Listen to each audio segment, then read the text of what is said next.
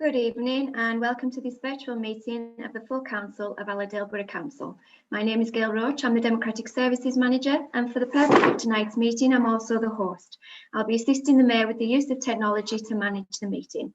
We are currently being live streamed on YouTube and a recording will be made available after the meeting. Shortly I will hand you over to the Mayor to formally start the meeting, but first we'll do some introductions. Can I ask all the attendees please to introduce themselves, starting with the members. Councillor Annison. Councillor Tony Annison. Councillor Armstrong. Good evening, Councillor Armstrong, Harrington Salterbeck Ward Councillor. Councillor Bainbridge. Hello, good evening, Councillor Bainbridge. Councillor Briggs. Yeah, Councillor Briggs, Harrington and Salterbeck Ward. Councillor Coburn. Good evening, Councillor Nikki Coburn. Councillor Cook. Good evening, Councillor John Cook, portfolio holder for leisure and tourism. Councillor Crouch. Good evening, Councillor Crouch. Councillor Daniels. Good evening, Councillor Alan Daniels. Councillor Fairbrother. Good evening, Councillor Janet Fairbrother. Councillor Fitzgerald. Good evening, Councillor Fitzgerald. Councillor Gaston. Good evening, Councillor Peter Gaston. Councillor Granger. Good evening, Councillor Malcolm Granger. Councillor Greeny. Hi, good evening, Councillor Ian Greeny. Councillor Harrington. Good evening, Councillor Harrington. Councillor Heaslip. Evening, Councillor Michael Heaslip. Councillor Hedworth. Good evening, Councillor Alan Hedworth. Councillor Hodgson. Good evening, Councillor Hodgson. Councillor Horsley. Good evening, Councillor Horsley. Councillor Johnson. Good evening, Councillor Mike Johnson. Councillor Kemp. Good evening, Councillor George Kemp, Maryport North Ward. Councillor Kendall. Councillor Peter Kendall present. Councillor King. Evening, Councillor Janet King. Councillor Kirkbride. Good evening, Councillor Kirkbride, Maryport North Ward. Councillor Lister. Good evening, Councillor Lister. Councillor Little. Good evening, Councillor Peter Little. Councillor Lynch. Good evening, Councillor Elaine Lynch. Councillor Maguire. Good evening, Councillor Maguire. Councillor Markley. Good evening, Councillor Tony Markley. Councillor Martin. Good evening, Councillor Owen Martin. Councillor McCarran Holmes. Good evening, Connie McCarran Holmes. Councillor Mumby. Good evening, Councillor Rob Mumby. Councillor Pitcher. Good evening, Councillor Alan Pitcher. Councillor Stannard. Good evening, Councillor Joe Sandworth, Seaton, North Side Ward. Councillor Stanson. Good evening, Councillor Sanson. Councillor Scott. Good evening, Councillor Paul Scott. Councillor Semple. Good evening, Councillor Andy Semple. Councillor Smith. Good evening, Councillor Alan Smith. Councillor Stoddard. Good evening. Councillor Tyson. Good evening, Alan Tyson. Councillor Alan Tyson. Councillor Wilkinson. Good evening, Councillor Will Wilkinson. And Councillor Williams. Good evening, Councillor Linda Williams. Thank you. And now the officers present, please. Andrew Seekins. Good evening, Andrew Seekins, Chief Executive Officer. Sharon Sewell. Good evening, Sharon Sewell, Monitoring Officer. Lee Jardine. Good evening, Lee Jardine, Democratic Service Officer. Thank you.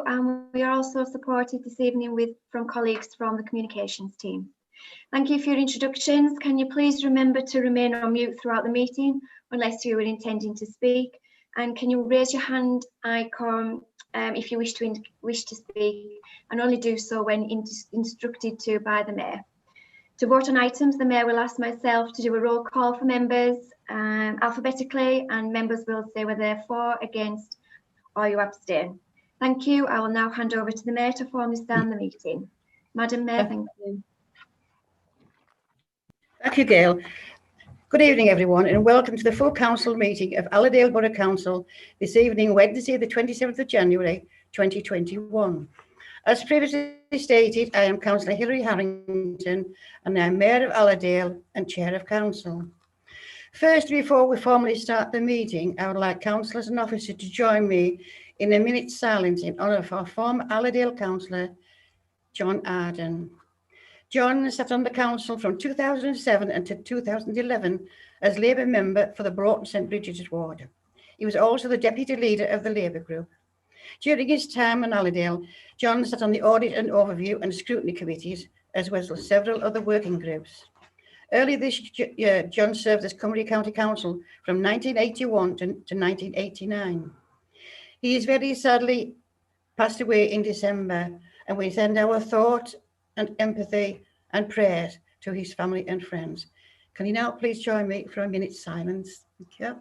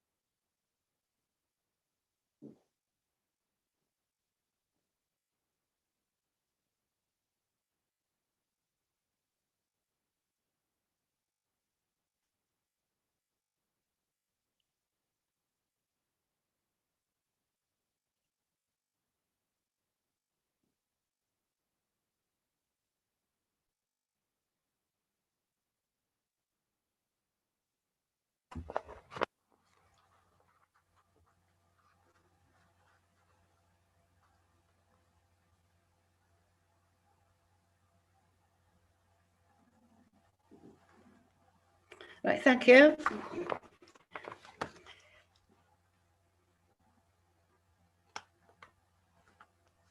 I will start the meeting with Allerdale Borough Council's motto, Ex Unitas Curicae Fortio, which translates to caring and working together. By these is Allerdale made stronger. Item Agenda 1, to approve as correct record the minutes of the council meetings held on the 23rd and the 9th of December 2020.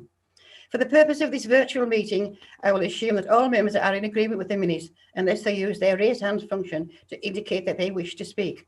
Can members please indicate now?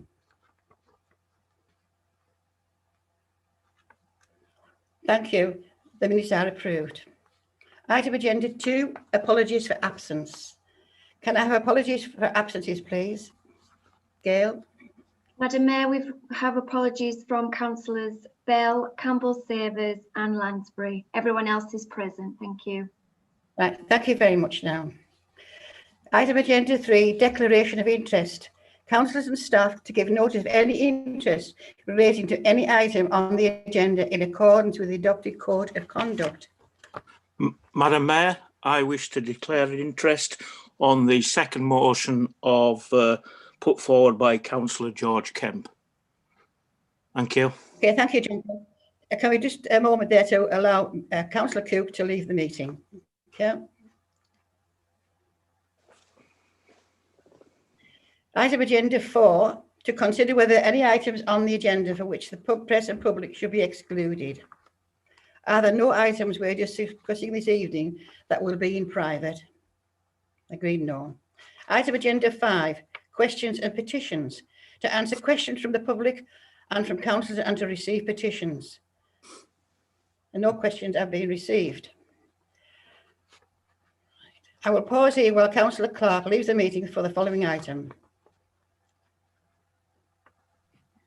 Councillor Cook.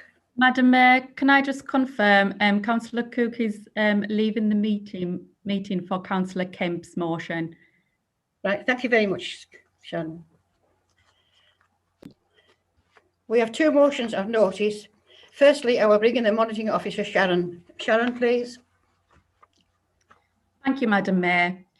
I confirm that Councillor Pitcher has requested to withdraw his motion as the passage of time has rendered it unnecessary. This can be done with the consent of both the meeting and the seconder. The meeting's consent will be signified without discussion. No member may speak on the motion after the mover has asked permission to withdraw unless permission is refused. Therefore, for the purpose of this virtual meeting, Madam Mayor will assume that all members consent to the withdrawal unless they use their raise hand function to indicate that they wish to speak.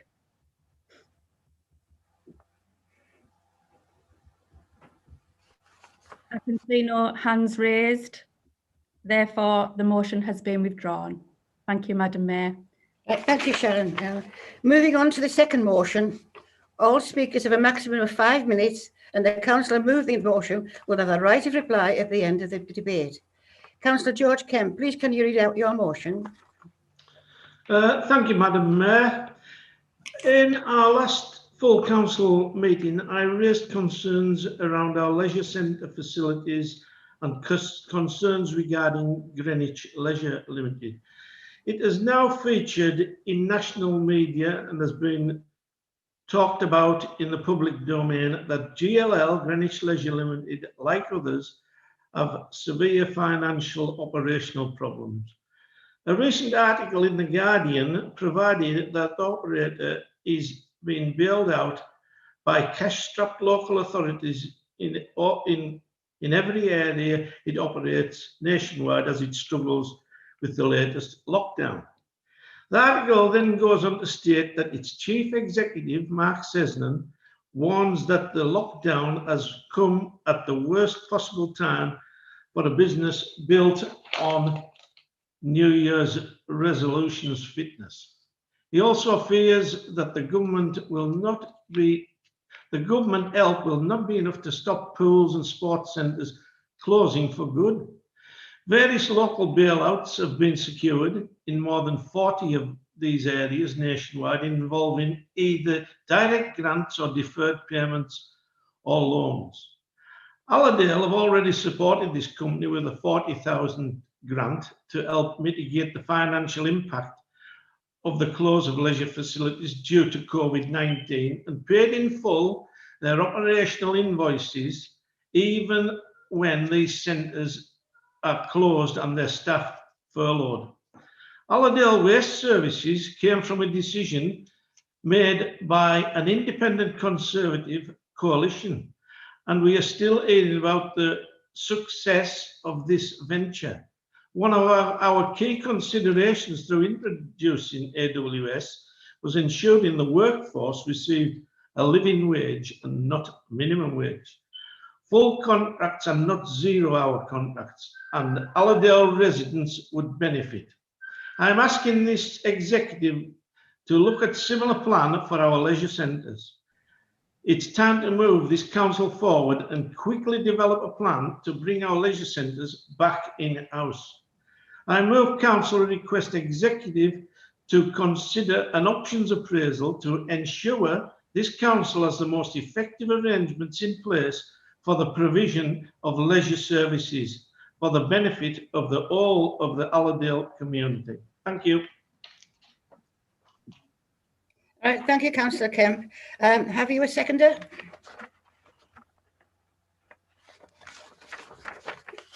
Councillor Briggs?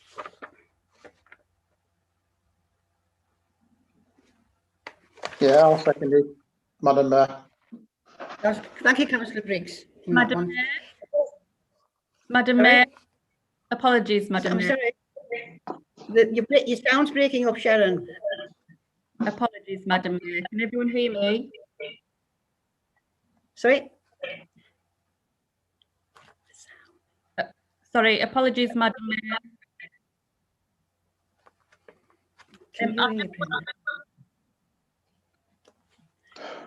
I'm sorry, I'm having problems with what you're saying, Sharon.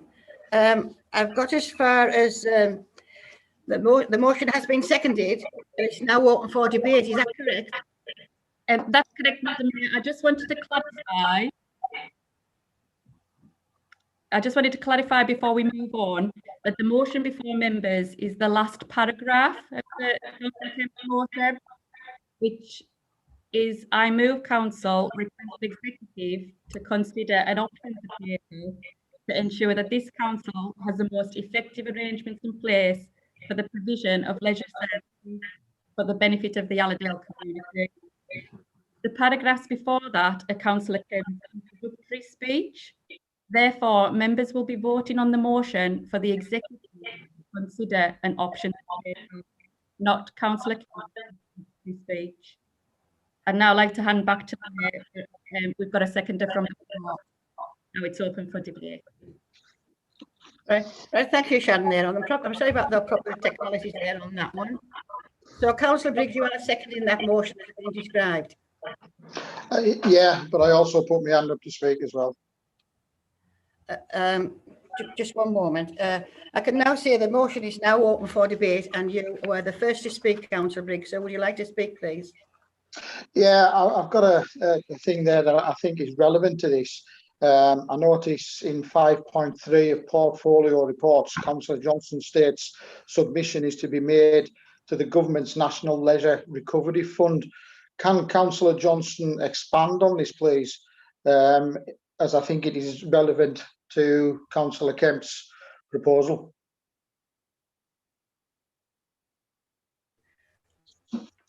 Councillor Briggs, I'm sorry, that question will not be allowed in its context. You can ask that question in the portfolios report. I thought it was relevant to this debate. Okay. For clarity, it is a debate. It's not a question and answer session. Thank you. Right, thank you. I'm sorry about that, Councillor Briggs, there on that. Councillor Armstrong. Thank you, Madam Mayor. I'm supporting Councillor Kemp's motion. I think it's important for Allerdale to control our leisure centres. And can I just ask, has any other contractor been provided with this support? And have we set a precedence by doing this? Again, through Madam Mayor, this is for debate, councillors. It's not a question and answer session. It's for members. Hypothetical. Thank you, councillor. I'm sorry about that, Councillor Armstrong. Councillor King, would you like to ask a question, please, on this debate?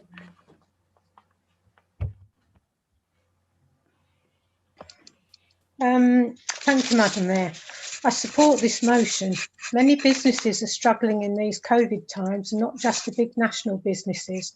It concerns me that Allerdale Borough Council have already provided £40,000 of extra support to our leisure operator and may be asked to provide even more. It's the government's responsibility to provide assistance to businesses at this time, and GLL should be asking them centrally, like many others, for subsidies. It's Allerdale's responsibility to support its residents and some of the smaller local businesses if needed. It's wrong that this company can call on individual authorities across the country for bailouts, as well as seek government aid. Thank you. Thank you, Councillor King. Councillor Wilkinson. Thank you, Madam Mayor. I've done some digging after Councillor Kemp actually brought this to council last month. And I looked up the concerns that he raised. And on a day when 1,725 people died, 25,308 have also tested positive in the country. And our Prime Minister's own admission that nothing's going to be undone until March the 8th at the earliest, with a start-off point of trying to put us back into living a normal life the week of the 22nd of February. This leisure centre is going to stay closed. Now, even Mark Cesnan, the Chief Executive Officer, who earns quite a considerable amount, and I would say it's 3 times more than the Prime Minister. Why are we given £40,000 gift of our council tax, pays money, to a multinational company when the Chief Executive takes home in excess of £300,000? Now, shortly we're going to be coming towards council for the reset council tax and for the increase a precept. I believe it to be immoral what's happening here, and I believe at this council, you've been warned, you were warned last month, you've been warned again. their own write-up in The Guardian states, after government bailouts, government grants, local authorities giving them grants, they're still very close to bankruptcy. I believe Councillor Kemp's motion should be followed through, and I'm fully supportive. Thank you. Very much. Thank you, Councillor Wilkinson. Councillor Johnson. Thank you, Madam Mayor. I would like to thank Councillor Kemp for bringing this motion forward this evening. He raises some interesting points, but more importantly, he reminds us that we still have some big decisions to make on the future delivery of leisure services in the coming years. As an organisation, we are facing many big decisions, and I can assure members that this administration will not kick them into the long grass. With that in mind, I would like to propose an amendment to the motion that I hope Councillor Kemp will happily accept. I would like to propose that the final paragraph of the motion now reads, I move Council request Executive to consider an options appraisal to ensure that this Council has the most effective arrangements in place for the provision of leisure services for the benefit of the Allerdale community, and that this activity is specifically included within the Council Delivery Plan for 2021 to 2022 performance. The performance is reported to members in the quarterly performance updates and reports to the Overview and Scrutiny Committee in line with the Strategic Commissioning and Procurement Strategy. So if anything, it enhances it, George, and puts some more focus on the reporting of it back to Council. Thank you, Madam Mayor.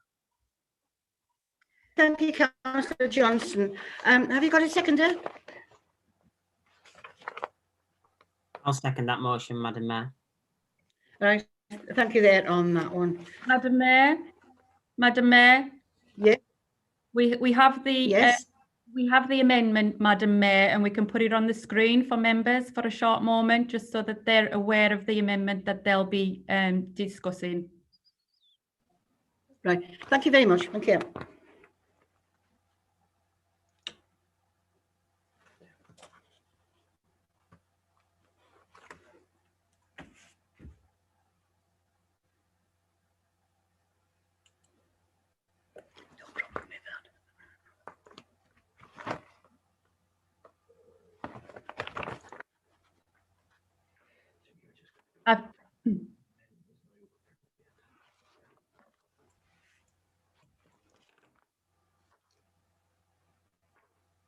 I would suggest that's appropriate time, Madam Mayor, if you want to open the debate.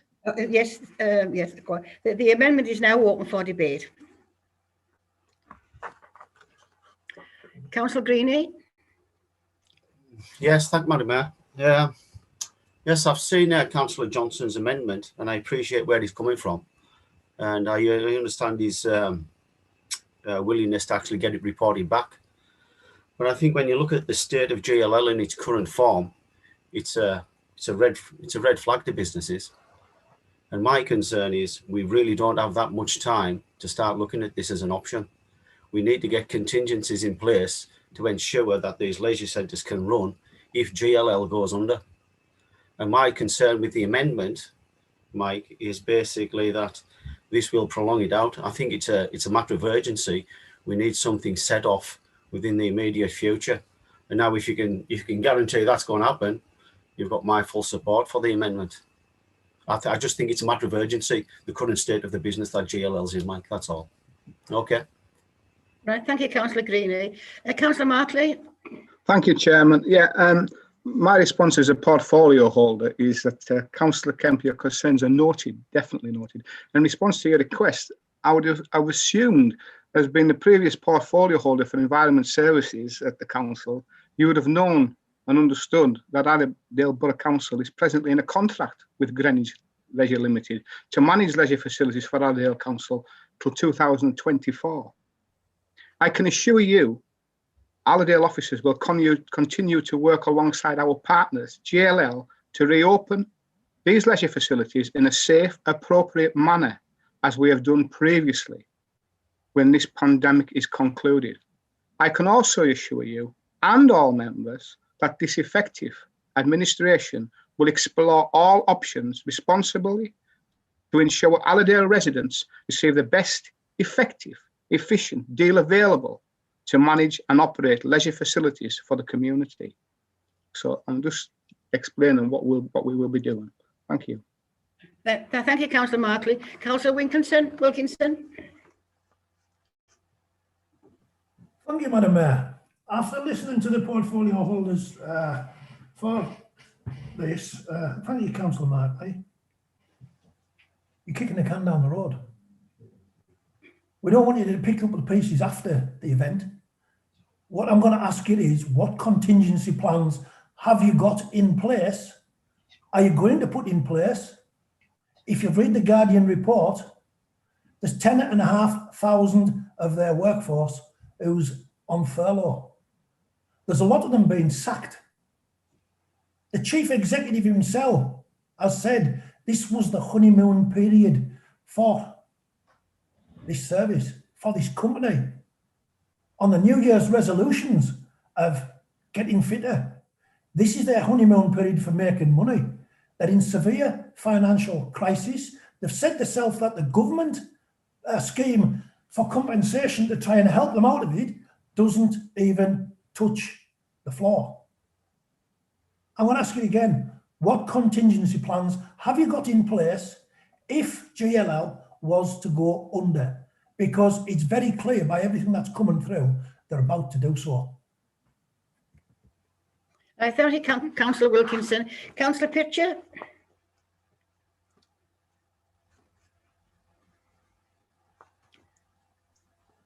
Thank you, Madam Mayor. If I'm not mistaken, that's the second time that Councillor Wilkinson has spoken on the same subject. I was under the impression we weren't allowed to, and he's also asked a question, and I was under the impression we're not allowed to. Councillor Pitcher, just one moment, please. Shannon, would you explain that Councillor Wilkinson spoke on the motion? Will you explain that to Mr. Councillor Pitcher, please? Thank you. Yeah, that's fine. Just for clarification, Councillor Wilkinson spoke on the original motion, and then there was an amendment. So Councillor Wilkinson can speak once on the amendment. That's fine. But there is no questions. It's not a question and answer session. It is a debate on the motion before you. And he's still getting, thank you. He's still getting away with asking questions, Madam Mayor. As you have explained, we can't. Anyway, I would like to support what Tony Markley said. I would like to support Mike Johnson's amendment on the basis that if we rush into a deal or rush to break a contract, this council will be deeply, deeply financially in trouble. We will have mud on our faces and we should not do it. They are perfectly right. We need to look at contingency plans and make sure we have a backup and we're ready to move.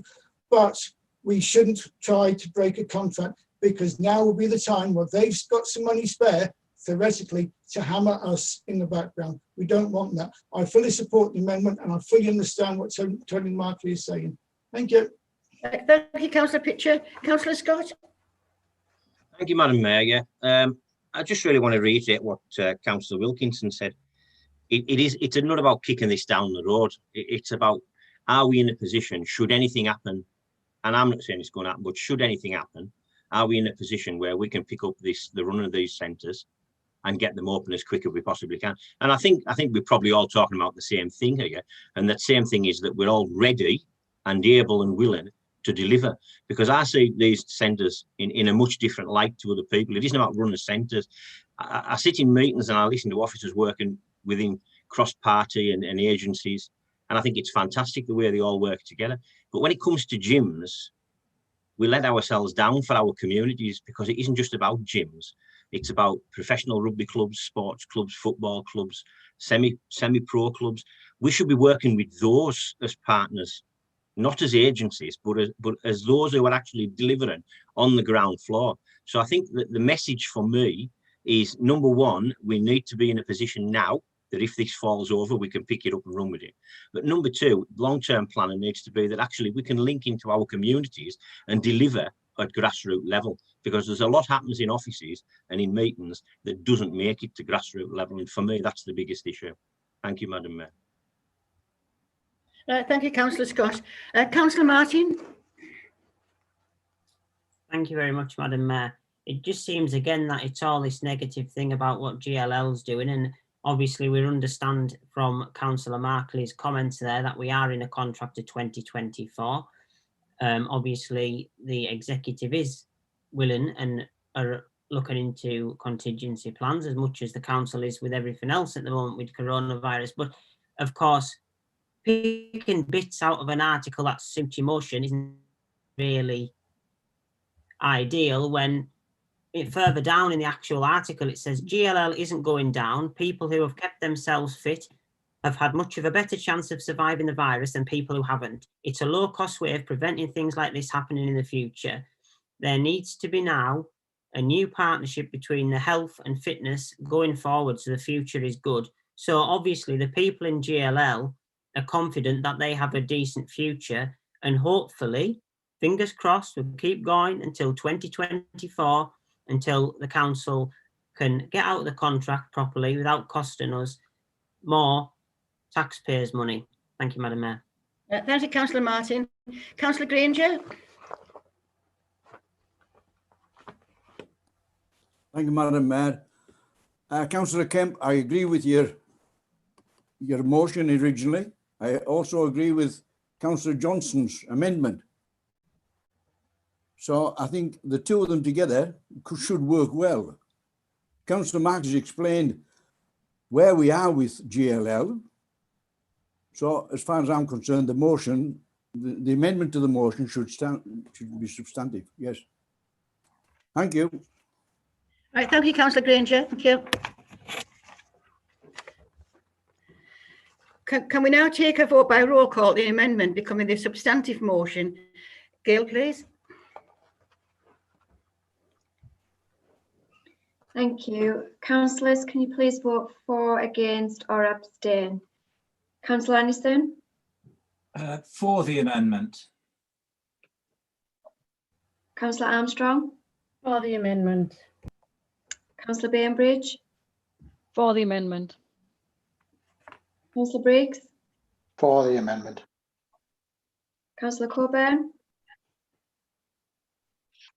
Abstain. Councillor Cook has been withdrawn from the meeting. Councillor Crouch? For the amendment.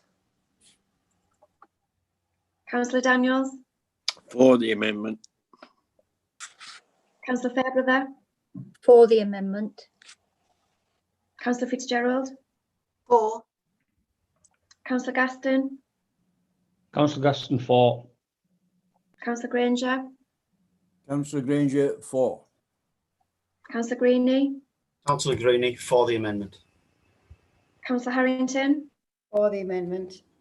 Councillor Heasley? For. Councillor Hedworth? For the amendment. Councillor Hodgson? Councillor Hodgson for the amendment. Councillor Horsley? Councillor Horsley for the amendment. Councillor Johnson? For. Councillor Kemp? For the amendment. Councillor Kendall? For. Councillor King? For the amendment. Councillor Kirkbride? For the amendment. Councillor Lister? Councillor Lister for. Councillor Little? For. Councillor Lynch? Councillor Lynch for. Councillor Maguire? Councillor Maguire for. Councillor Markley? Councillor Markley for the amendment. Councillor Martin? For. Councillor McCarran Holmes? For. Councillor Mumby? For. Councillor Pitcher? For. Councillor Stanners? Councillor Sandwith for the amendment. Councillor Sanderson? For. Councillor Scott? Councillor Scott for the amendment. Councillor Semple? Councillor Sample for. Councillor Smith? Councillor Smith for. Councillor Stoddart? For the amendment. Councillor Tyson? For the amendment. Councillor Wilkinson? For. Councillor Williams? 4. Thank you. Madam Mayor, you have 40 votes in favour and 1 abstain. Thank you. The motion is carried. Thank you, Gail. Thank you on that one. Can we pause for a moment while John Cook comes back into the meeting? Thank you. Madam Mayor. Okay. Sharon, I'll let you come in on this one. Apologies. Thank you, Madam Mayor. The amendment has now become the substantive motion, which is actually now open for further debate. But I understand Councillor Heaslip has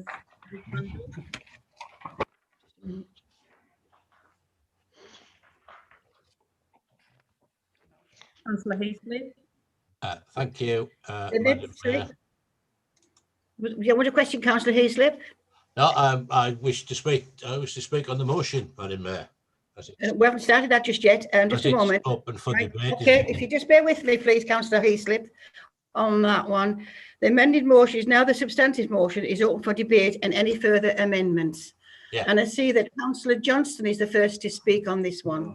No, that was me, Madam Mayor. I had my hand up. Well, okay then, Councillor Heaslip, we'll take your word for it because it's not on my screen. But you're quite welcome to speak now. Thank you. Thank you. I think Sharon will confirm I did have my hand up. She did try to point it out. I'm pleased that Sharon said that the first 2 paragraphs of what appears in our papers aren't actually part of the resolution, because if they were, I would have to vote against them, because in one sense they're quite misleading, and in another example, actually quite wrong. Every sports centre in the country has been shut for months, whoever runs it. Providers are on their knees, whether in-house, out-house, private sector or whatever. GLL has lost a fortune, as has every other provider in this sector. I don't know what Councillor Kemp's got against GLL, but it would cost us a damn sight more than £40,000 if it had been in-house, because we'd have been responsible for all the losses, not just the £20 million that GLL has sunk across the country. We would also have been liable for the €400,000 rates bill, which we don't have to pay because GLL is run by a worker-owned charitable social enterprise. It's not a multinational. It's owned by the people who work in it as a charitable entity. We wouldn't also get the benefit of GLL bulk buying, which would have cost us a lot more. So I'm just suggesting be careful what you wish for. The last thing we want at the moment is for GLL to walk away and hand over the keys, because it's our leisure centre. And we need to be very careful before we start thinking that we can run it more cheaply and more professionally than GLL can, who have that as their business, not for profit business across the country. The second thing I would take objection to is the reference in the second paragraph to the reference to introducing AWS, ensuring the workforce received a living wage and not a minimum wage, full-time contracts and so on. I can assure you, because I was the portfolio holder when the FCC contract was introduced in April 2019, that full living wage contracts, no 0 hours, were all in the contract agreed by the previous administration, put in place from April 2019. So if Mr. Kemp's claiming that he was responsible for introducing that, that's quite simply wrong. That was put in place in the contract negotiations by the previous Labour administration. So it wasn't actually Aldeal Waste Services and the independents who introduced full living wage contracts. It was Labour in April 2019. And I think I can't let this go past without having the record corrected on both of those points. Other than that, Madam Mayor, I support the motion as it now stands. Thank you. Right. Thank you, Councillor Heaslip. Councillor Kemp, you wish to reply?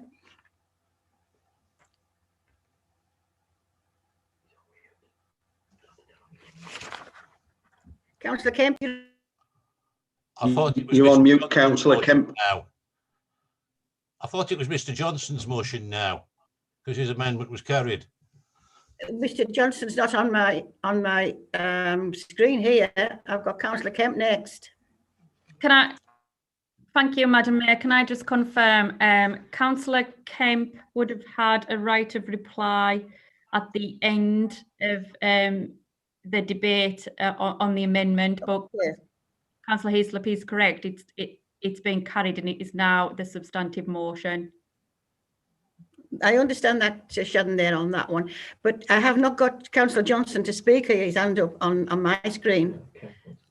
So, if he's rightly before this, I will allow him to speak now. Is there anyone else wanting to debate before Councillor Johnson comes in? There's still further debate. Yeah, I understand that, Sharon, but what I'm saying is Councillor Greenie now wants to speak and Councillor Kemp together. So it's Councillor Kemp will go first. Okay, thanks, Madam Mayor. I'd just like to point out to Councillor Heaslip, would the contract that the minimum wage things was in, would that be the contract that was left unsigned? Thank you. There was a legal contract in force. You got the law officer's advice on that, Councillor Kemp. Don't try to mislead the council, please. I'm sorry, Councillor Heaslip, you've already spoken. Councillor Greenie? Yes, Madam Mayor. Now it's the substantive motion, the amendment. I would just like to say, just to Mr. Johnson, that, you know, it is about urgency for me and getting some contingency in place. You know, nobody wants JLL to go under, but we don't know what's going to happen in business in these difficult times. And I think it would just be prudent measures for us to actually have some kind of contingency in place sooner rather than later, and actually investigating the options at the earliest opportunity would allow us to do that, really. Hopefully it won't come to that, but we need something in place. Right, thank you, Councillor Greenie. Councillor Fitzgerald? Yes, absolutely. I agree with what's just been said there. And the contingency is to carry out the options appraisal now in preparation for 2024, which is when the contract ends. We cannot escape the fact that there is a contract in place, but the contingency plan is to study those options now so that we are ready to take action then or before if necessary. But I think the vote that we've already taken indicates that we're really all agreeing on this. Thank you. Right, thank you, Councillor Fitzgerald. Does anyone else like to speak? Okay, so can we now take Councillor Wilkinson, would you like to speak? Thank you, Madam Mayor. I did raise my hand, but it was taken down once more. I think councillors are trying to mislead what I'm trying to say.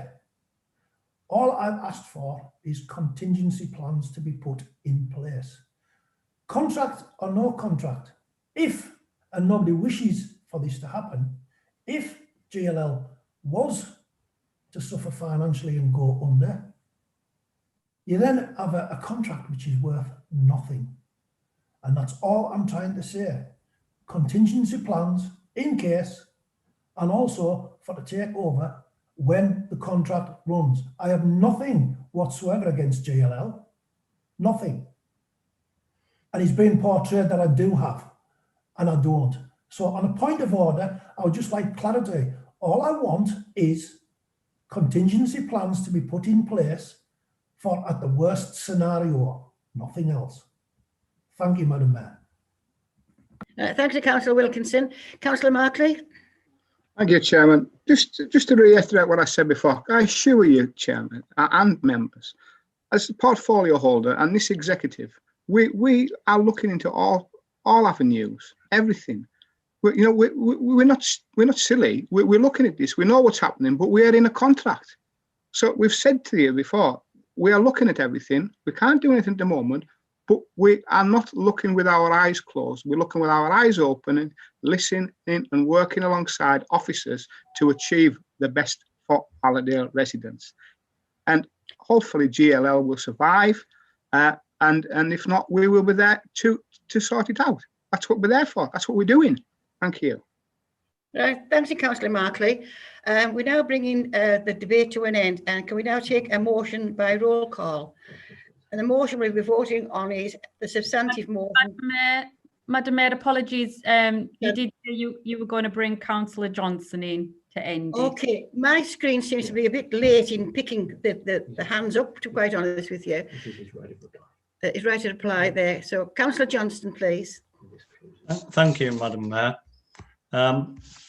On behalf of the Executive, I welcome the discussion to consider how we might provide leisure services to our residents in future.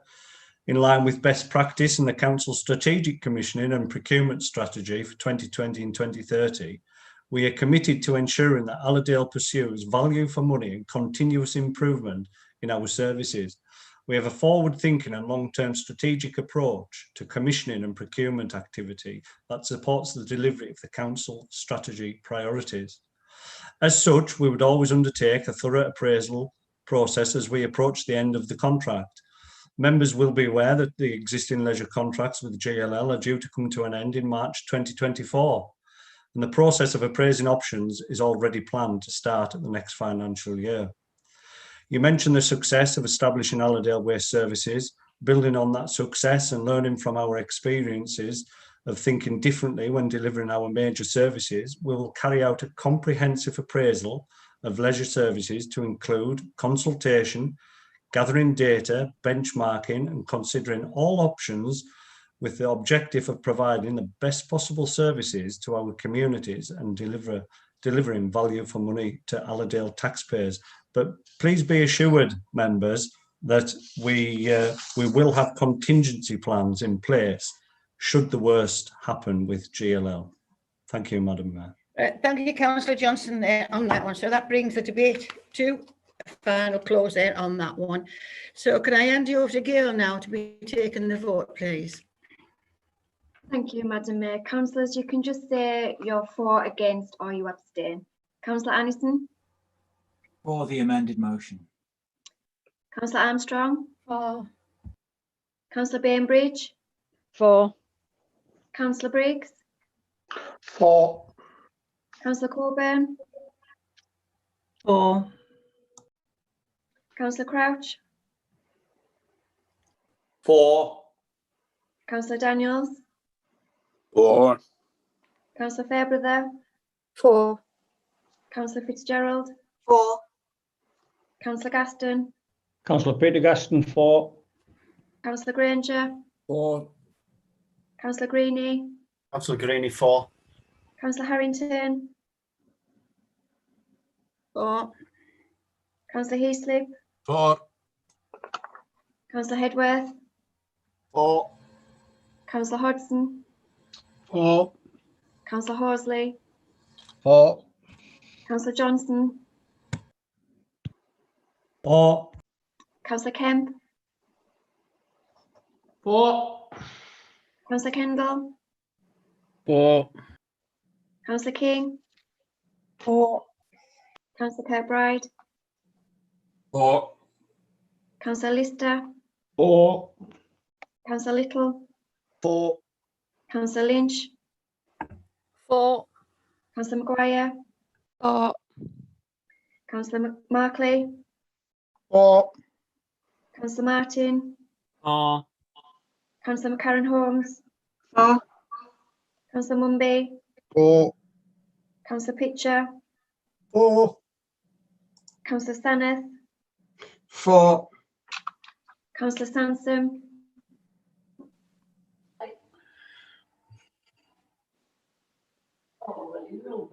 For. Thank you. Councillor Scott? For. Councillor Semple? For. Councillor Smith? For. Councillor Stoddart? For. Councillor Tyson? For. Councillor Wilkinson? For the amendment. Councillor Williams? For. Thank you. Madam Mayor, it's unanimous in favour. Right, thank you very much, Gail. Can we now invite Councillor Cook back into the meeting, please? We'll pause just a moment.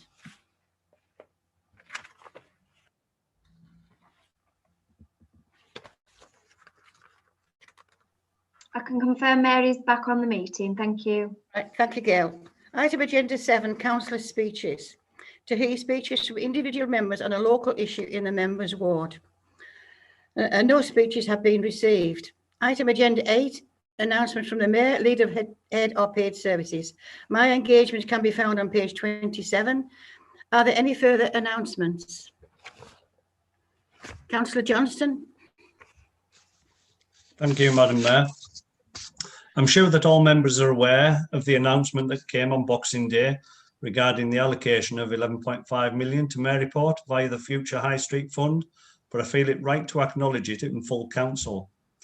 Whilst we did not receive the full allocation, we have compared favourably to other towns, and it will still pave the way for significant investment into Maryport. I'm really excited by the projects that this will enable us to progress, and I'm sure that whilst there is still a lot of work to do, members would join me in congratulating the Chief Executive and Graham Wilson and the rest of the team who have worked so hard in getting us to this point. Thank you, Madam Mayor. Thank you, Councillor Johnston, on that one. Now, would you like a 10-minute break before we move into item number 9, or do you want me to carry on? You like a 10-minute break? No, just carry on. Is that everyone? Carry on. Okay. I shall be going to the toilet, Madam Mayor. So I think portfolio, we all want to carry on. Yeah. Majority, thank you. Councillor- Portfolio holders update. Sorry. Councillor Kendall, you want to speak? Thank you very much. I would just like to express my grateful thanks to Councillor Johnston for and his executive for having the vision to go forward to deliver the regeneration for Maryport and for Workington. It's been a long, hard struggle from the initial sort of inception back 8 years ago that was started by the previous administration. You know. Thank you very much, Councillor Kendall. That's very much appreciated. And I'm sure Councillor Johnson will well remember what you've just said. Thank you very much. So we can continue now with item agenda 9, please. Councillor Johnson, I believe you move the reports. Thank you, Madam Mayor. Thank you. In moving the portfolio holders' reports, I would like to pay tribute to the members and staff of the council. Once more, the breadth and range of activity, given where we are in the midst of a pandemic, is staggering.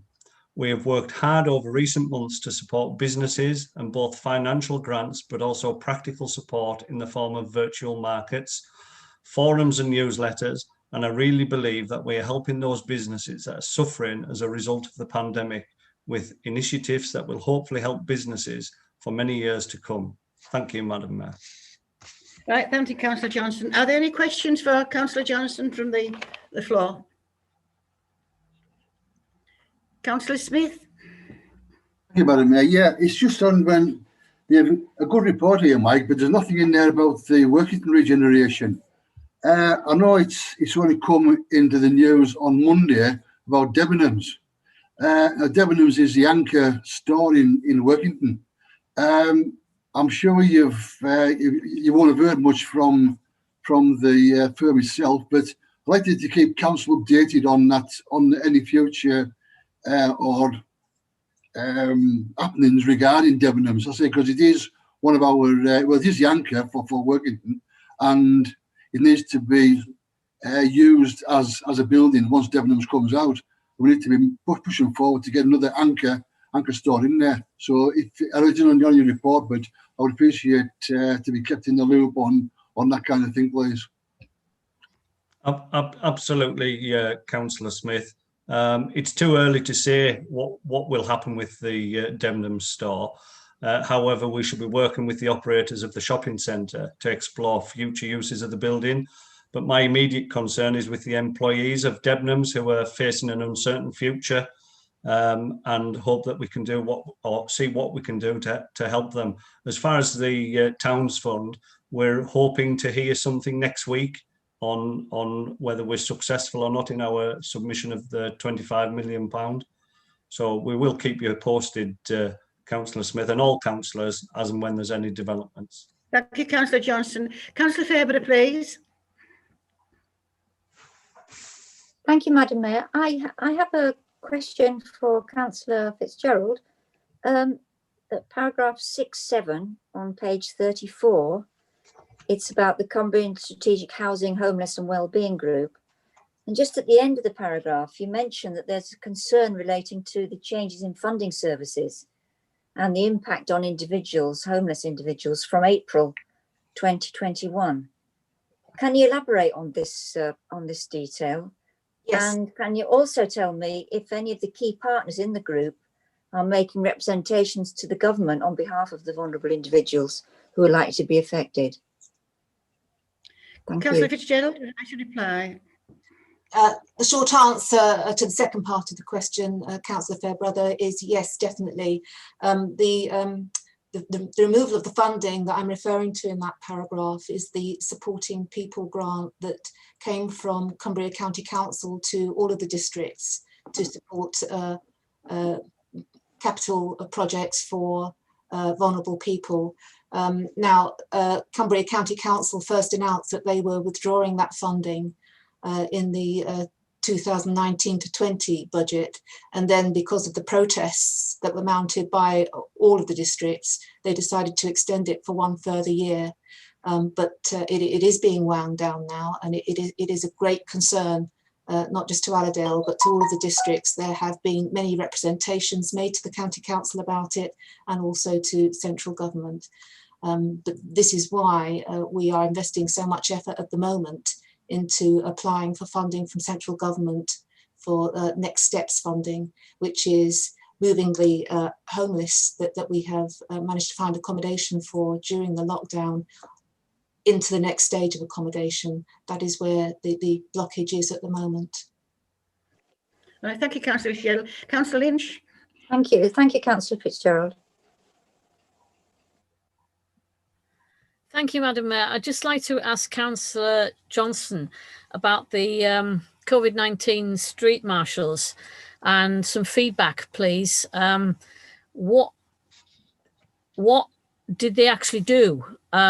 Feedback that I've had from residents in Wigton was that they didn't seem to be doing a great deal at all.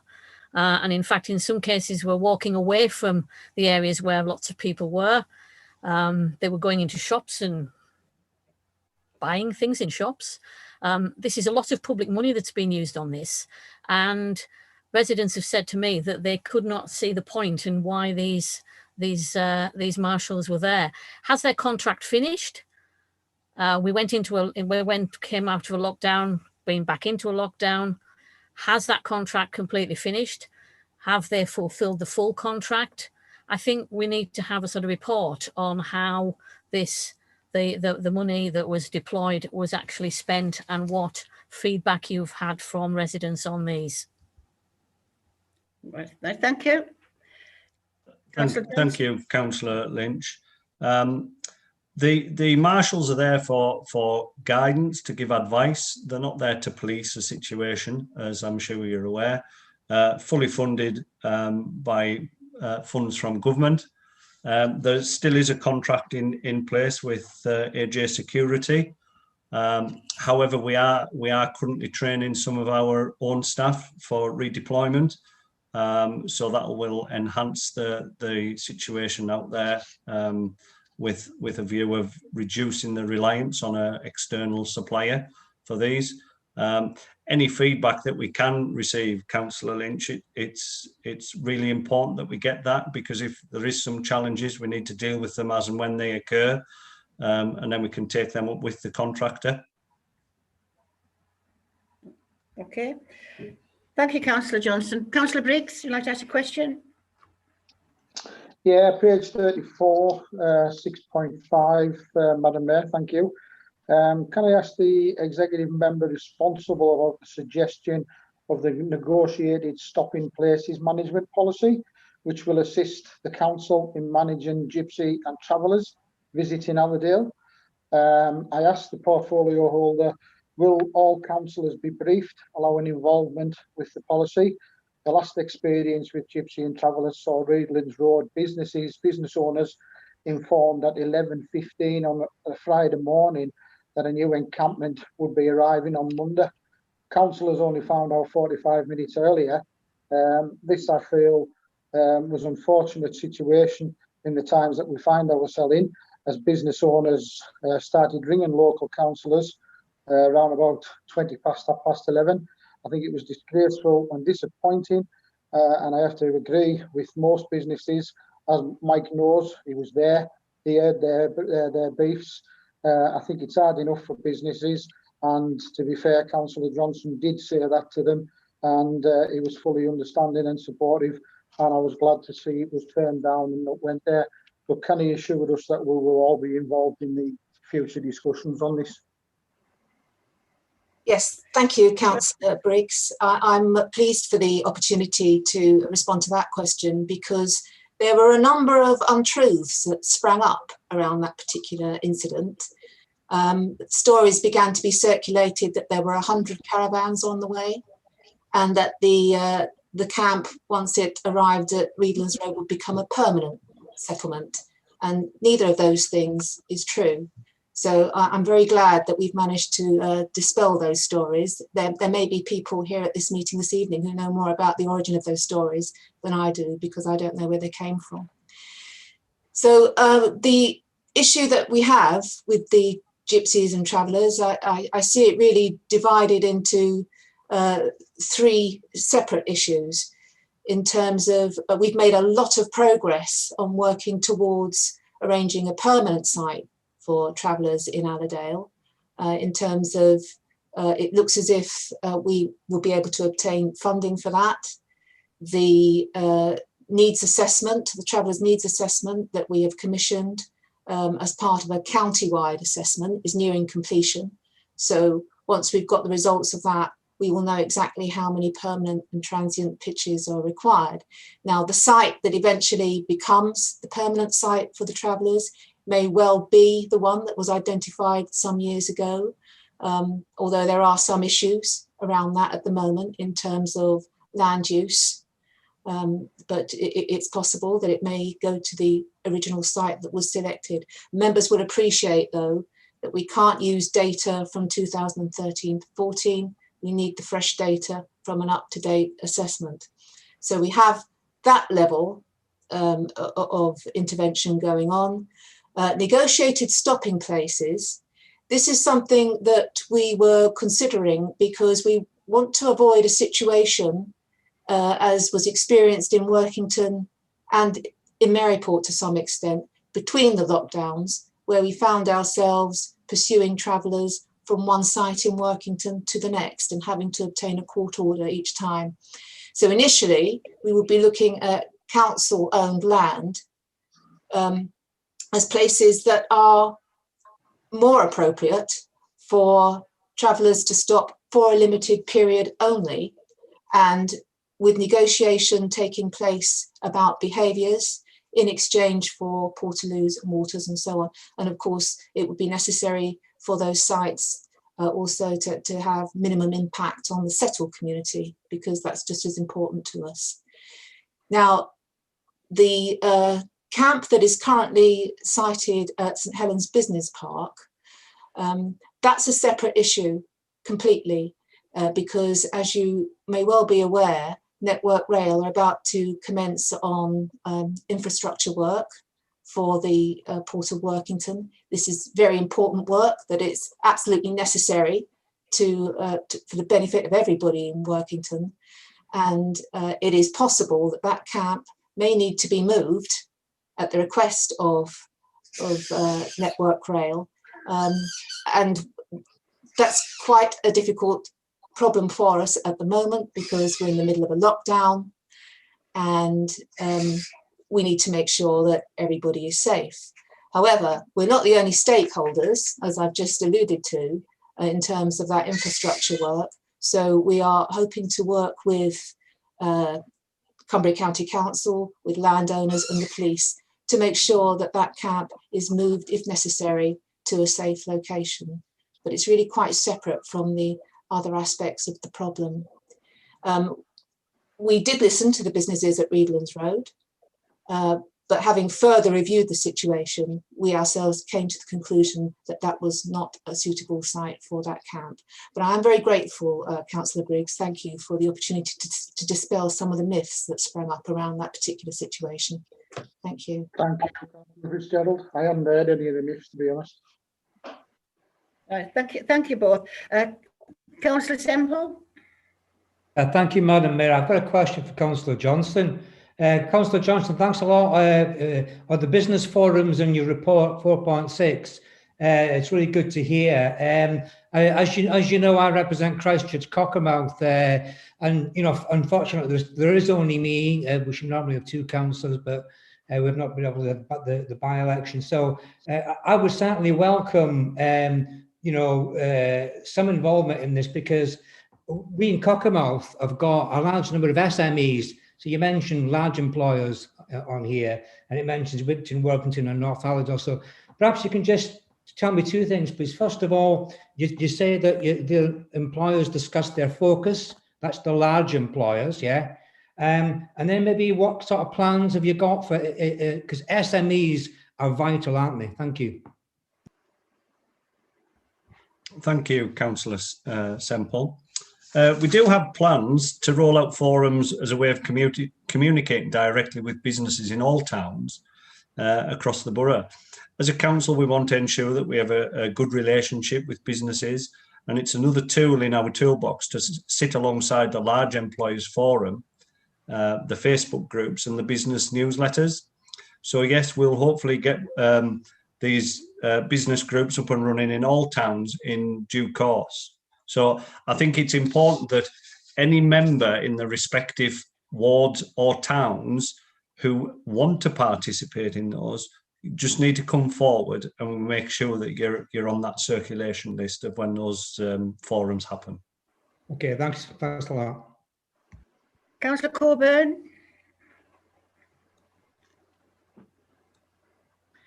Thank you, Madam Mayor. This is a question for Councillor Pitcher, and it's about page 37, the second paragraph on ICT. As Councillor Johnson rightly said, the officers at the moment are under tremendous pressure, and they really do deserve a pat on the back. But Arcus, where to start? Are you aware that planning officers who are themselves under tremendous pressure, and myself, are wasting precious time telling the public how to use this programme when they're trying to look at plans? And firstly, the search page, which rightly has an apology on it, but once you've put the plan reference number in, you find and found where to look. The application tab is underlined, so that's fair. So you click on that. But that's where people get lost. There's a description with lots of ticks, but no obvious way of how to actually find the plans. And after getting very frustrated, the complaints then come to either the planning officer and or me. And we have to explain that you need to find the files tab, which is not showing as a tab, it's just a grey title. So can I ask that someone clever goes in and makes this tab actually look like a hyperlink, and it would save an awful lot of time for officers and myself. Yeah, thanks very much, Nikki. You know, and people know that I've been following your emails up and chasing around with people. So I do have an answer for you as it stands at the moment. As I understand it, the Arcus system has been introduced for building control and planning. Whilst there were some issues that launched the planning system, many of these have been resolved, and I'm pleased that the public information system is up and running on the website. If an application was affected by the issues we had, and resulted in people not being able to see a document or submit a comment, then the consultation period has been extended. Now, further to that, there are other issues that you've highlighted, Nikki, that are being slowly but surely resolved. And we understand, and as do Arcus, the frustration with what's going through with you and the planning and the people who want to put planning forward, but they are working their damnedest to get it all resolved. I will keep in touch with what's happening, Nikki, and hopefully before the next planning meeting, at least something more positive will be appearing. Okay, thanks. Thank you. And thank you, Councillor. Can I just say, I also want to give bereavement services a big pat on the back as well. They've been outstanding over a recent issue that I had. So it's not a question, it was just a quick statement. Sorry. Thank you, Madam Mayor. Thanks, Nikki.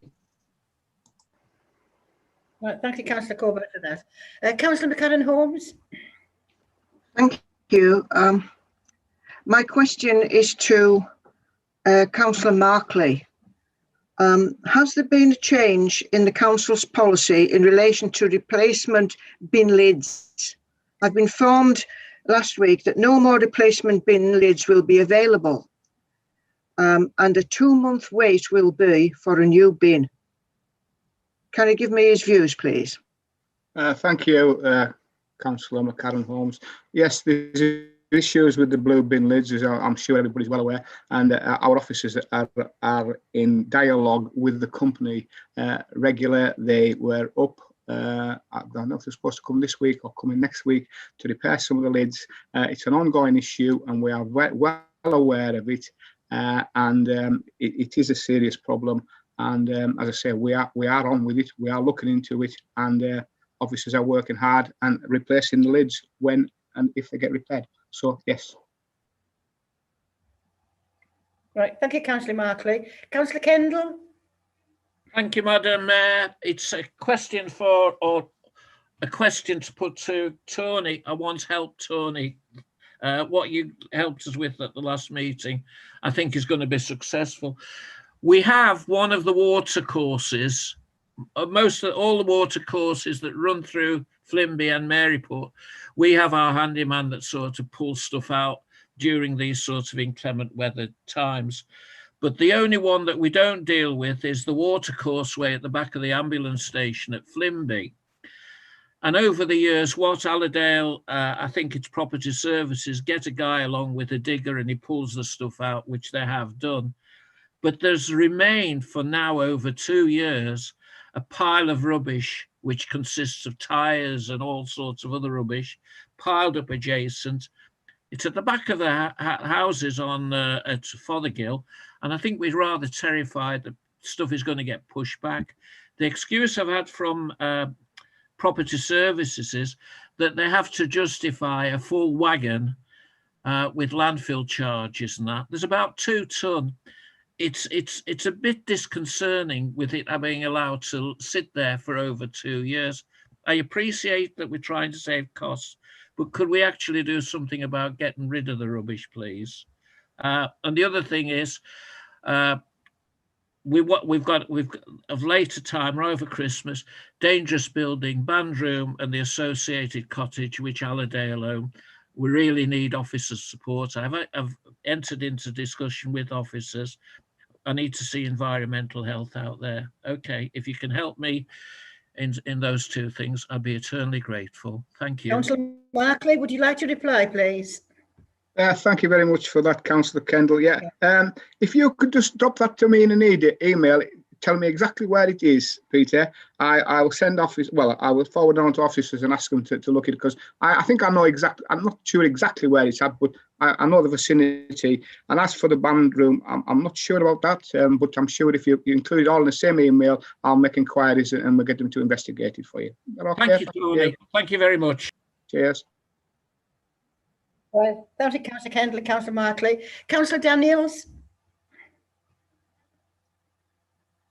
Thank you, Madam Mayor. I've got a question for Councillor Johnson. I have had no problem. This is about marshals, as a matter of fact. I had pretty good feedback in Keswick whilst we marshals were here, and we had no problem, and we were quite grateful that they were there. Just a question for you, Mike. Obviously, we're not sure how we're progressing as far as lockdown is concerned. We have half term and Easter and the possibility that markets may be opening up at that time. Can you assure me that we will still have marshals as we have had in the past? Thank you. Thank you, Councillor Daniels. That's why we're continuing to train our own marshals, so we can cover off these as we reopen the town centres after this current lockdown, to ensure that we have a safe shopping environment and town centre environment for people to start moving about, Alan. So yes, we will be looking to keep the marshals and deploy them where they're required. Thank you. Thanks very much indeed, Mike. Yeah, thank you. Councillor Heaslip. Thank you. Thank you, Madam Mayor. Quick question for Councillor Jim Lister on his report, page 39, paragraph 9.5, headed Food and Occupational Health. It quite rightly concentrates on the excellent work that the Food and Occupational Health team are doing in dealing with COVID. But could I just ask one question, because I'm concerned about this, and that is how much time are our environmental health officers now spending on certifying exports to the European Union since we left Mrs. Thatcher's single market on the 1st of January? Thank you. Thanks for that, Michael. I'm very sorry I haven't been able to find out for you, but we'll have a look into it. Okay, thanks very much. That's fine. I'm sorry, but you know, that's fine. It could be a difficult one to get an answer to, but we'll have a go. All right. Thank you. Right. Thank you, Councillor Lister. Councillor Kemp.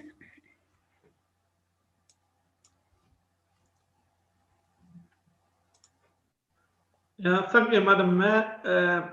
Sorry, it's another question for Councillor Tony Markley. He's having a busy night tonight, keeping fit. It's really 5.3, page 32, and again, it revolves around the leisure centres.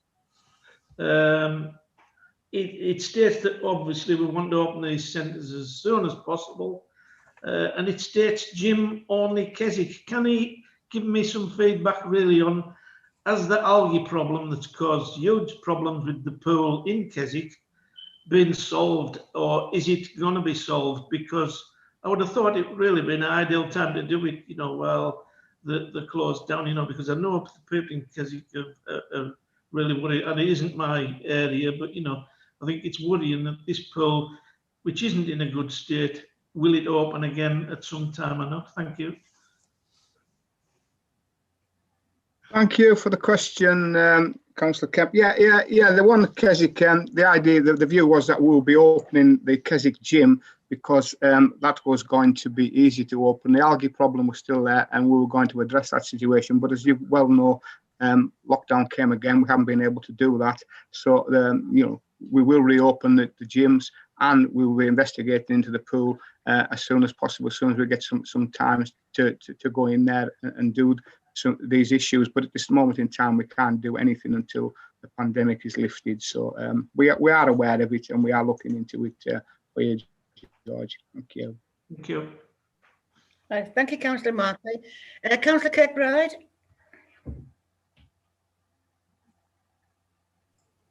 Thank you, Madam Mayor. Page 31, 4.9. I see the refurbishment of Allerdale House is continuing. I see the refurbishment of Allerdale House is continuing, and while I agree this is a good time to do the work with reduction of staff being in the building, is it still somewhat concerning that funds are readily available to spend internally on Allerdale House, yet when it comes to providing basic amenities like public toilets in tourist areas of Allerdale, we hear that funds are an issue. Public toilets like those in Keswick can and will encourage people to visit and shop with the knowledge of toilets being readily available, and with this it will provide revenue and cover, or at least subsidise, the costs of maintaining them. And with me being a Maryport councillor for Allerdale, is there any plans to reintroduce public toilets in Maryport? you. No. I'm assuming that's for me, Adrian. Yes, sorry. I think so, Councillor. Yep. Yeah. The works that are ongoing in Allerdale House, it's a continued refurbishment programme, and the best time to do that is whilst the building is, it's not completely vacant, but there's very few staff. It's a skeleton crew of staff that's currently in there, so it's a cheaper way of doing the works whilst there's very few staff in there. And we need to have a fit for purpose working environment for when we do end up getting back to some form of normality and a different way of working than how we are now. We need to be more flexible with our offices, so that's why that work's continuing.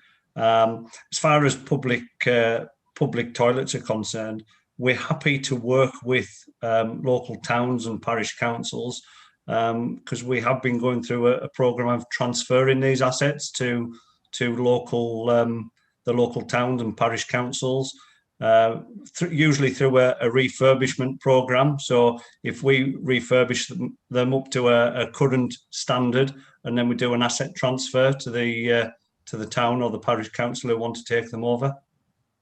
Yeah, we've got 2 more. Oh, you've got it. That's all right. All right. Thank you, Councillor Johnson. Councillor Wilkinson? Thank you, Madam Mayor. Yeah, page 33, 6.4, Councillor Fitzgerald. I'd like to commend the work that's being done by the bereavement and the homeless teams. They're really, really difficult times, especially for the bereavement team. I'd like to ask yourself and all of the executive, what is 1.5 staff? It's in your report. The next round of sleeping initiative funding will be launched after the new year. We currently have 2 temporary accommodation units and employ an additional 1.5 full-time employed staff to support rough sleepers with Allerdale. Wouldn't we better say in the part-time employed? The team, I think what it means is there is some part-time employment included in that, but the team give a lot of support to the vulnerable people that are housed in these accommodation units.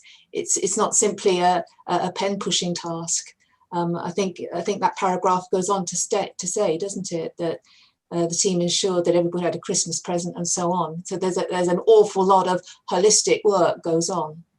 That is an extremely hard-working team. Right reply, Madam Mayor. No, Sorry, you're on mute, Councillor. I can't hear you. Right reply, Madam Mayor. No, I'm just asking. Would it have been correct to put in the correct information instead of 1.5 staff? You know, put in additional part-time staff. Oh, sorry. So it's the terminology that you're objecting to there. I am, yeah. It's okay, thank you. A bit untrue and sounds stupid, to be honest with you. Okay, thank you. Right, thank you, Councillor Fitzgerald and Councillor Wilkinson. Councillor Greenie, you're the last one to speak on this item agenda now. Councillor Greenie. Oh, thank you, Madam Mayor. Just one for Councillor Johnson. Probably knew it was coming. 4.7 with regard to the Future High Street Fund. I think first of all, I'd just like to say, a huge thank you to Graham Wilson and the team. I think they've done an absolutely fantastic job for Maryport, and to see all that money coming into the town is absolutely fabulous. And I think they deserve a pat on the back. And I've reiterated more times than enough. Probably can't thank them enough for the work they've done. It's been absolutely brilliant. We're looking at it, even though we've got a substantial amount of money, 11.5 million from the Future High Street Fund, that falls short of what we actually put in for. So there's going to be some rework of the projects and the programme going forward. One of the principal groups who's going to be determining that is the Maryport Town Centre Regeneration Advisory Group. And I've had email discussions with Mike about that and the amount of Maryport representation there is on that. And we've got different reasons why the ward councillors have been excluded from participating, but that's by the by for me.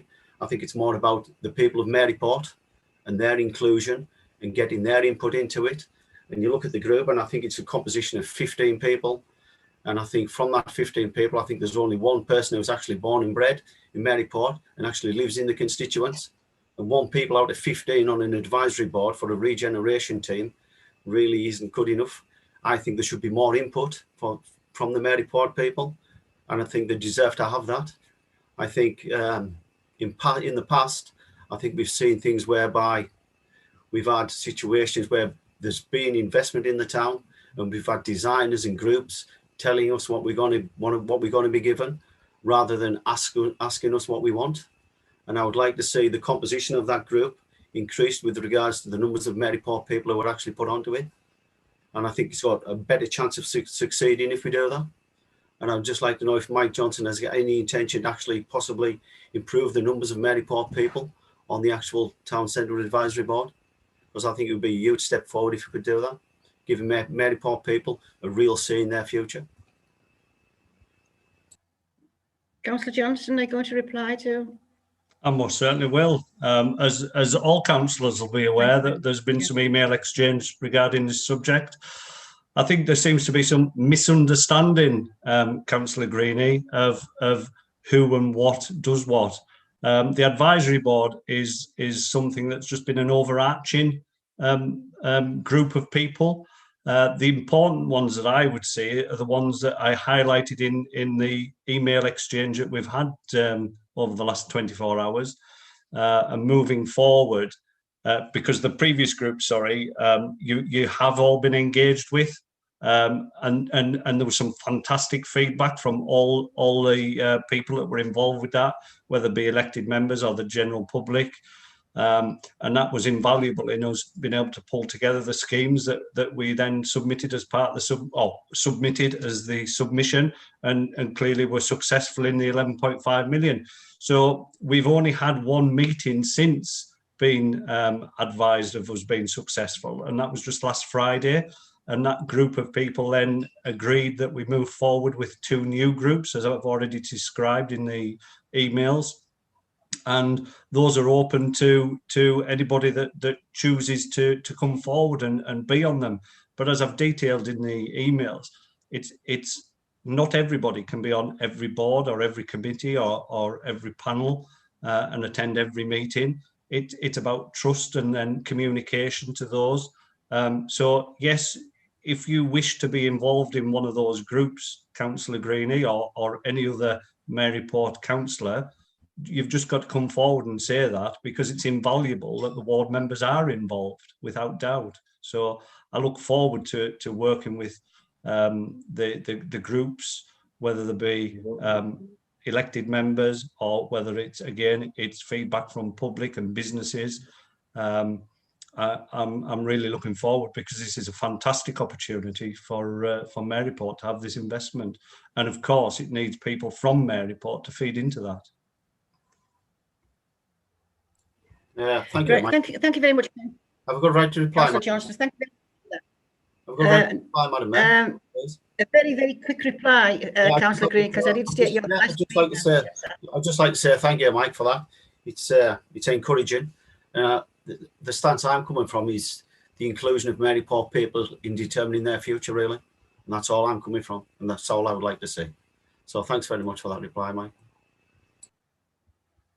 Okay, thank you for that. As I stated before, Councillor Green was the last speaker tonight. I notice there's 3 more with their hands up that would like to speak. That's Councillor Wilkinson, Councillor Scott and Councillor Kendall. If you'd like to put your question in writing, we'll get back to you as soon as possible. So thank you very much. I'd like to say thank you very much for tonight's answering question time. I think it's been a very constructive one tonight. So I thank you all for that. Can we now move on to item agenda 10, the executive minutes. To note the minutes of the meeting of the executive held on the 25th of November 2020. Are there any questions? I assume that all members note the minutes unless they indicate that they wish to speak. Can members please indicate now? Thank you. The minutes are noted. Item 11, agenda 11, calculation of council tax base 2021-22. Councillor Lister, please. Yeah, I'm here. Well, it's nice that we've managed to go through all the motions and still have time to have a look into this tonight. So, council tax base report, we're at pages 47 to 52, plus the appendages on pages 53 to 115. So the introduction at section 1 and background in section 3 sets out the reason for this report and online the underlying statutory requirements. The tax base is an estimate of the taxable properties for the borough, which indicates the authority's capacity to raise council tax. The tax base is set on an individual town, parish basis, and these are then added together to give the overall figure for the Allerdale Borough Council. There is a statutory requirement to set the council tax base by the 31st of January, and on section 4, on page 48, it explains how the council tax base is calculated. The calculations themselves are provided in the appendices. And the appendices, Appendix 1A, page 53, shows the tax base calculation for the whole area of Allerdale. Appendix B, starting on page 55, shows the tax base calculation for each town and parish. And Appendix C, page 115, shows a summary of the tax base for each town and parish. So I move the recommendations on page 47, and that the calculation of the authority's council tax base for the financial year 21-22 set out in the appendices to this report is approved, that in accordance with the local authority's calculation of council tax base regulations 2012, the amount calculated as its council tax base for the whole area of 21-22 totaling 30,889.76 Bandy equivalent properties is approved, that the major precepting authorities, that's Cumbria County Council and the Police and Crime Commissioner for Cumbria, are notified of the council tax base for the purpose of calculating the basic amount of council tax, and that the tax base of, that's 30,889.76, is used by Allerdale Borough Council for the purpose of calculating the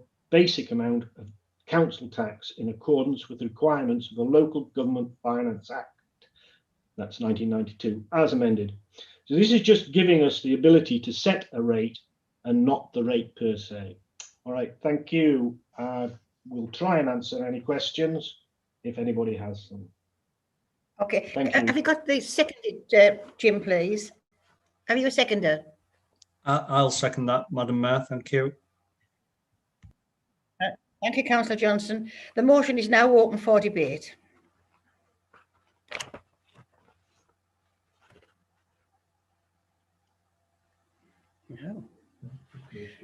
No one wanted to speak. So I'll now hand over. I've got some speaker. Councillor Heaslip, you're a bit late in doing that. Would you like to speak now?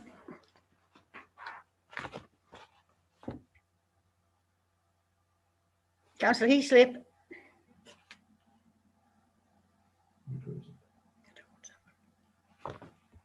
You're on mute, Councillor Heaslip. Sorry, I'm having trouble with this. That's why I was late getting my hand up. I just want to ask a simple question. Hope somebody can answer it.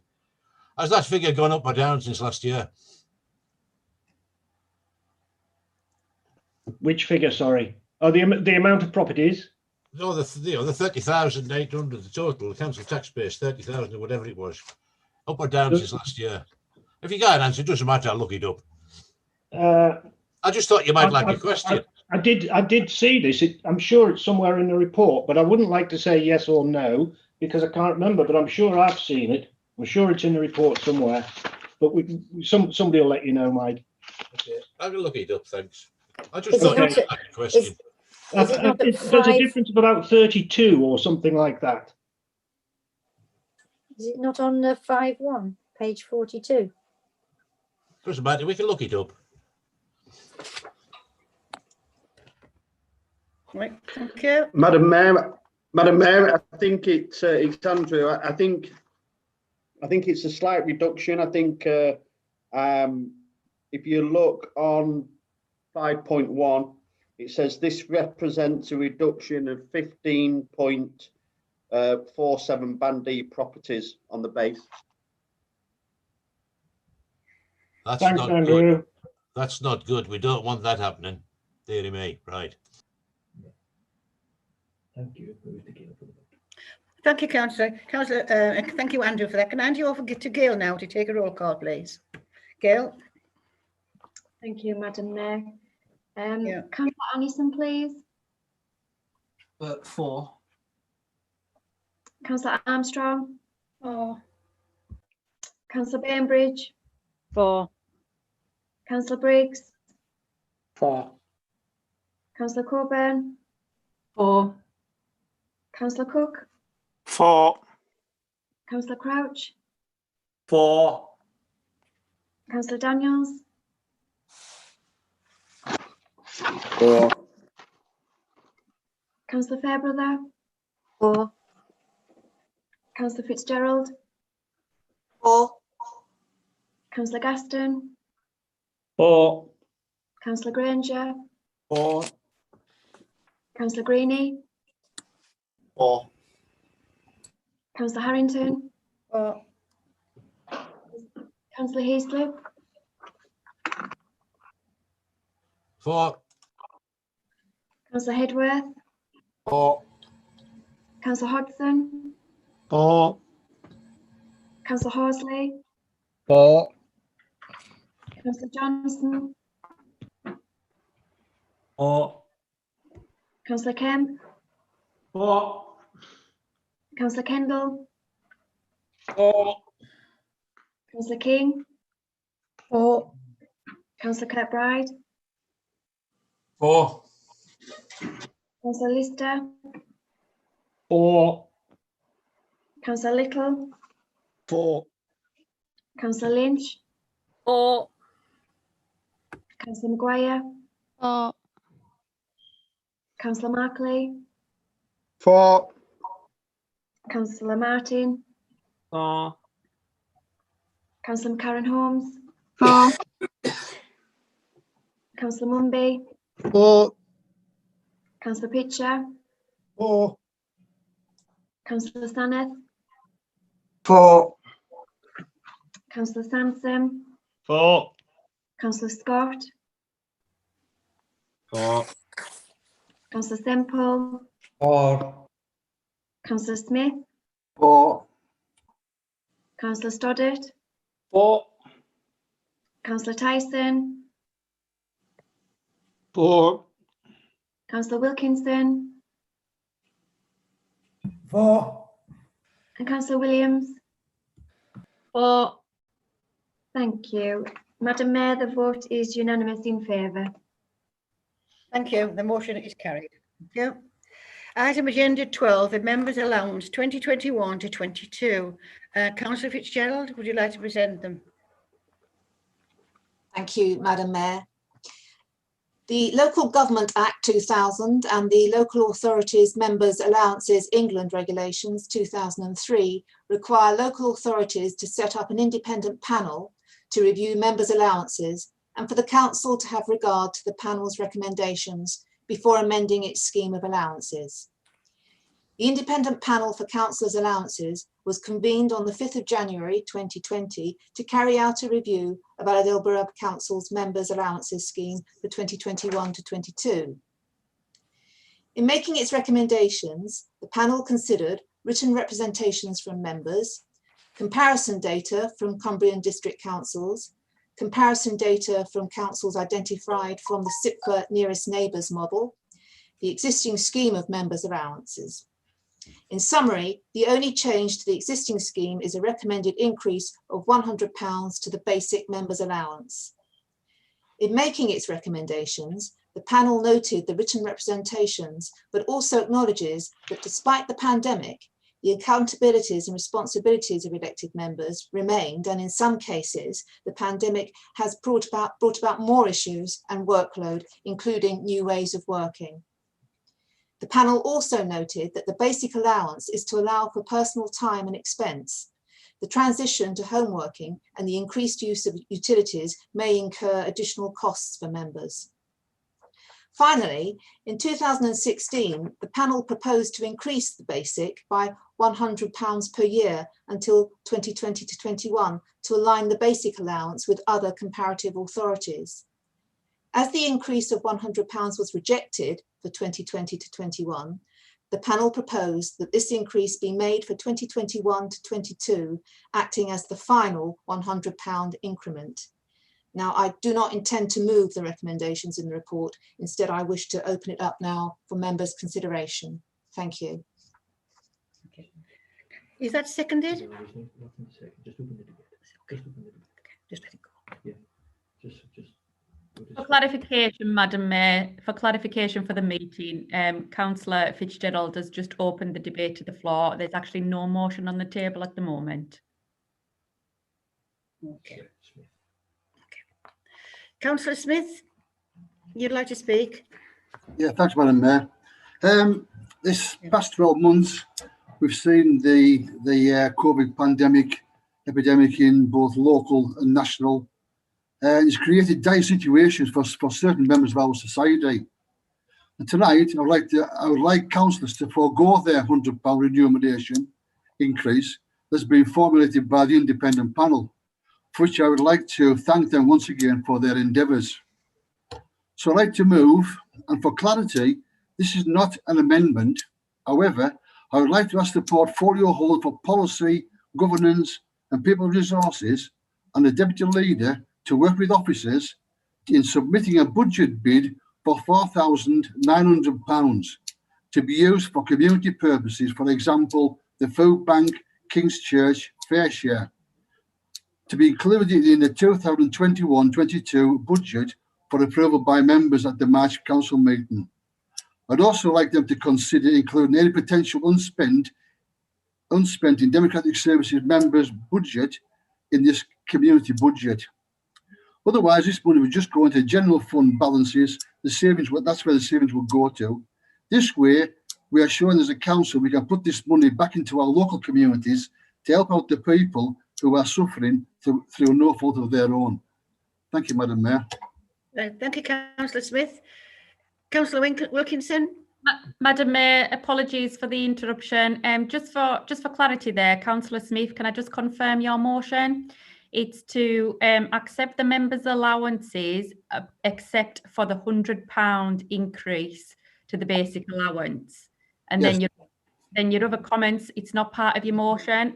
But you're asking the portfolio holder to go through the budget process with that money. Yes. Yep. Thank you. Thank you. So, I believe you need a seconder, Councillor Smith, for what you've just stated. Madam Mayor, I will second that motion. Thank you, Councillor Wilkinson. Thank you. I also had my hand up to speak, Madam Mayor. You're the next one to speak, actually, Councillor Wilkinson, yes.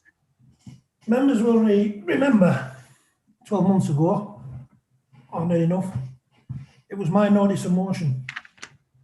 The start of this pandemic, it was my notice of motion to reject the increase in councillors' allowances. There is a member sitting in here tonight who turned around and told me I was an idiot because some idiot would do it the next year, and another idiot would do it the year after that, and an idiot would do it the year after that. Well, yes, unfortunately, Councillor Smith beat me to be the idiot because I don't want no increase in allowances. It's immoral. I'm one of the people who responded to this. It's immoral for us to take this money. People out there are suffering. They've lost their jobs. And it's them that's going to have to pay this. My motion could save this council £4,900 last year. And I fully support Councillor Smith this year. I want to reject this motion. We should not be taking an increase in allowances. It's immoral more than anything else. You're asking the worst of people in society to subsidise us. Another member actually called it a top-up to the pensions and was severely lambasted for it. I'm not here to top anything up. I'm here to represent the members of my ward to give them the best that I can give them. I'll do it for free if I have to. I don't mind me costs being covered, but I will not be accepting this £100. Whether any other member does, I will not. I support Councillor Smith. Councillor Wiggins, thank you. Councillor Fitzgerald? Yes, I thank Councillor Smith very much for that suggestion, and I'm very happy to pick it up and give it to officers as part of the budget setting process. Thank you.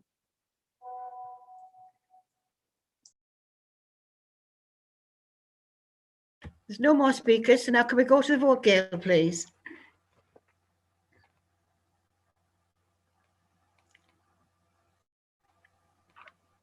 Thank you, Madam Mayor. Thank you. Councillor Allison?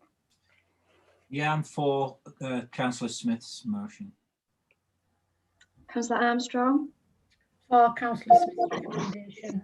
The Bainbridge?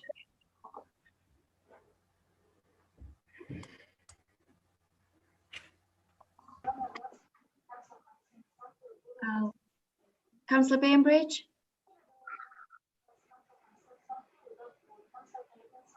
Okay. Councillor Briggs? For the motion. Councillor Cockburn? Sorry, did you say Coburn? Yes. Yeah, it's for, definitely for. Thank you. Councillor Cook? For. Councillor Crouch? For. Councillor Daniels? For. Councillor Fairbrother? For the motion. Councillor Fitzgerald? For the motion. Councillor Gaston? Councillor Peter Gaston for. Councillor Granger? For.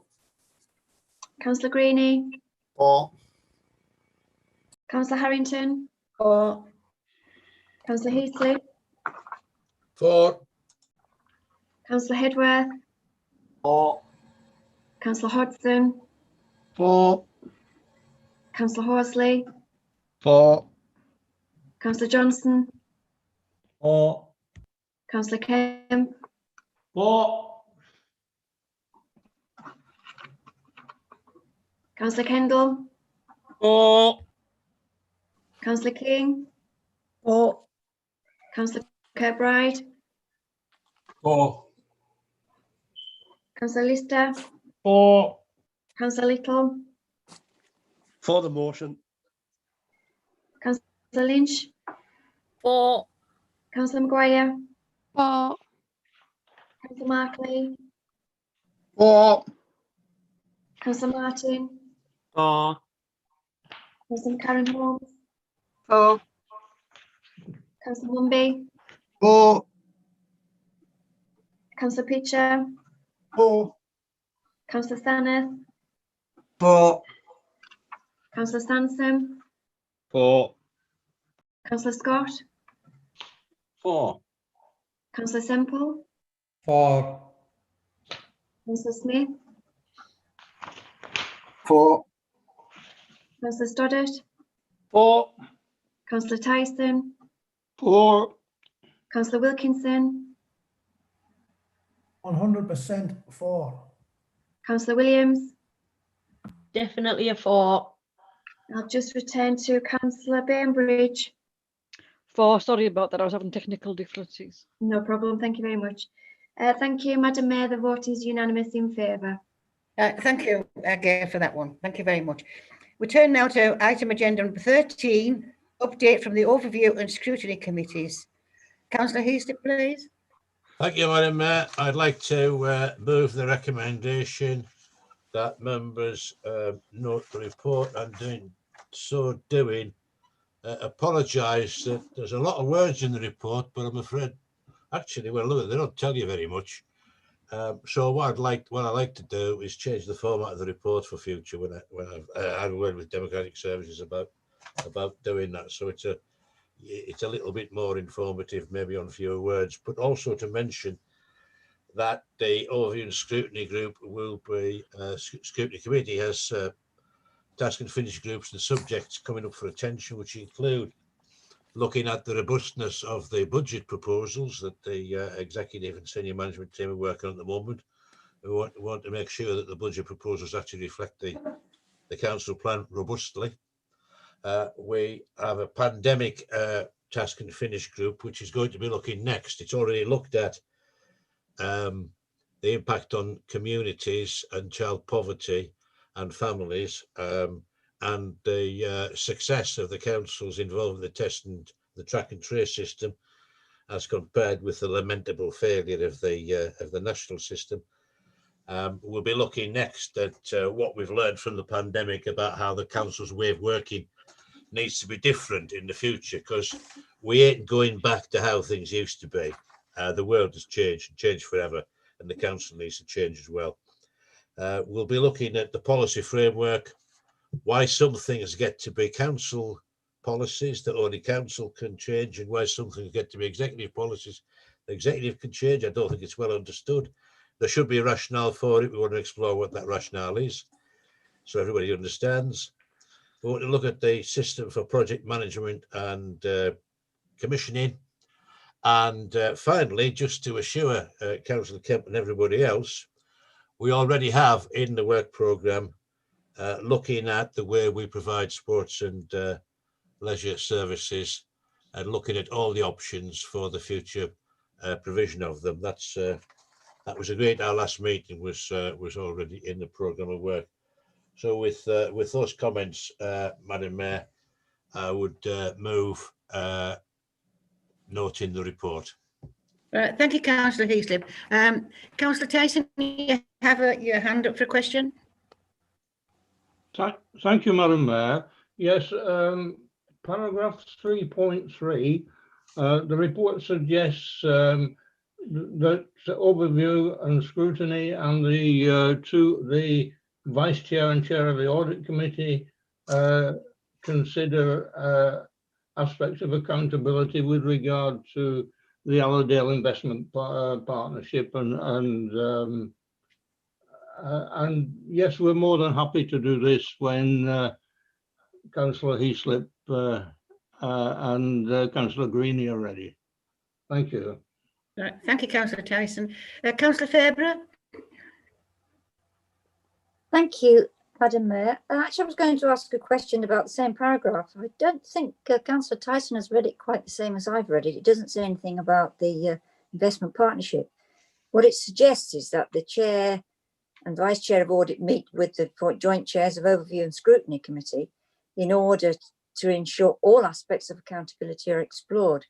And my request to the Joint Chairs and the Chair and Vice Chair is that we have a full report on the meeting that they do have, and see what progress can be made between those two committees, because I think that's although Mike said there wasn't much in the report, in fact that's a very key change if it can be successful. So I look forward to hearing more in your next report about the progress of that suggested meeting. Thank you. Okay. Right, thank you, Councillor Fairbrother. Thank you on that one. I will assume that all members know the report unless they indicate that they wish to speak. Can members please indicate now? You still have your hand up, Councillor Fairbrother. Do you want to speak again? No, I've just given me a minute to take it down. Thank you. We're nearly finished. That's great, Councillor Fairbrother. So if not, to say thank you very much. The report is noted. Thank you.